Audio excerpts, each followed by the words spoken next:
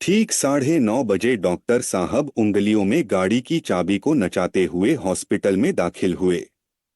पीए को उन्होंने कहा, नीरजा जरा एक कप कॉफी भिजवाना। पीए ने कहा, यस सर अभी देती हूँ। एक इमरजेंसी पेशेंट भी है सर।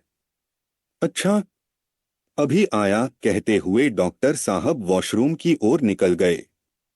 लौटकर आने पर डॉक्टर साहब कॉफी भूल चुके थे। उन्होंने पूछा, कहाँ है पेशेंट? मरीज एक वृद्धा थी। उसकी हालत काफी खराब थी, बिल्कुल अब तब वाली हालत थी।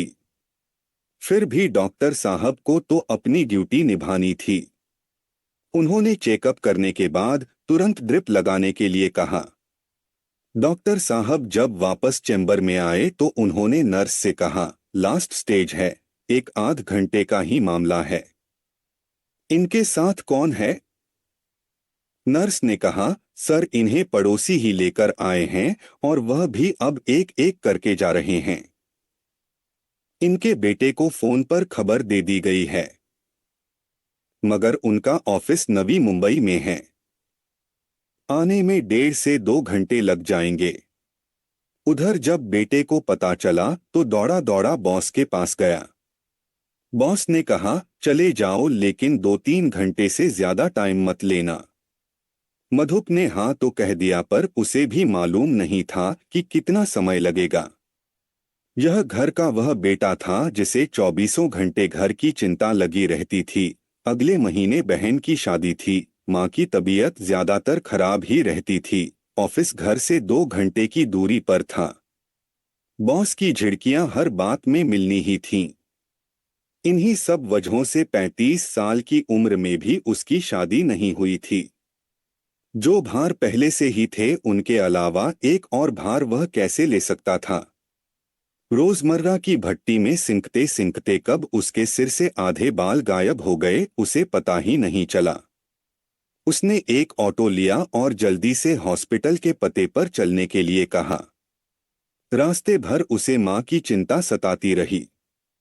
उसने छोटे भाई को फोन किया, वह कहीं पर आवारा दोस्तों के साथ गप्पे लड़ाने में मशगूल था।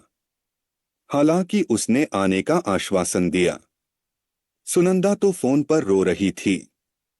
वह माँ के साथ हॉस्पिटल आई थी। उसने फोन पर रोते हुए पूछा, भैया माँ को कुछ होगा तो नहीं? मधुप ने कहा कि वह रोए नहीं, माँ ठीक हो जाएगी। पिछली रात को भी मधुप सो नहीं पाया था। ऑटो में बैठे बैठे उसे चक्कर आ रहे थे। पानी की बोतल भी वह ऑफिस में ही भूल आया था। ऑटो वाले के पास एक पानी की बोतल थी, उसी में से उसने 2 घूंट पानी पिया। जब वह हॉस्पिटल पहुंचा तो मां को देखते ही वह स्थिति समझ गया।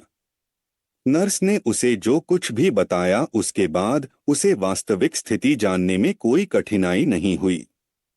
वह धम्म से मां के पैरों के पास ही बैठ गया। मां की खुलती बंद होती पलकों में बेटे का चित्र दिखा। घोर पीड़ा में भी उसे सुख की एक अनुभूति हुई।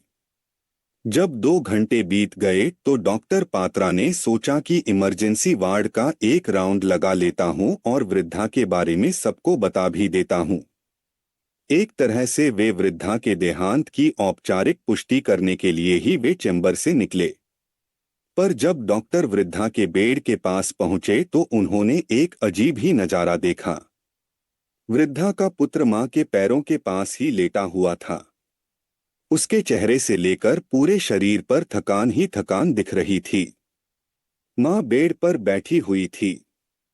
उसकी पीठ झुकी हुई थी पर दोनों हाथ बेटे के सिर पर हल्की मालिश कर रहे थे। बेटे की नाक से धीमे स्वर में खर्राटे निकल रहे थे। लगता था जैसे वृद्धा को कभी कुछ हुआ ही न हो। उसकी आंखों में वह खुशी थी जिसको देखने का सौभाग्य कुछ ही लोगों को प्राप्त होता है। और डॉक्टर पात्रा को यह सौभाग्य प्राप्त हो रहा था। उन्होंने कुछ देर तक इस अलौकिक दृश्य को आंखों से होकर आत्मा में प्रवेश करने दिया और मन में ईश्वर को याद किया। वास्तव में पात्रा मेरा बचपन का दोस्त है। कभी कभी वह मुझसे अपने मेडिकल जीवन में घटने वाली विचित्र घटनाओं को साझा करता है। यह घटना उन्हीं घटनाओं में से एक है।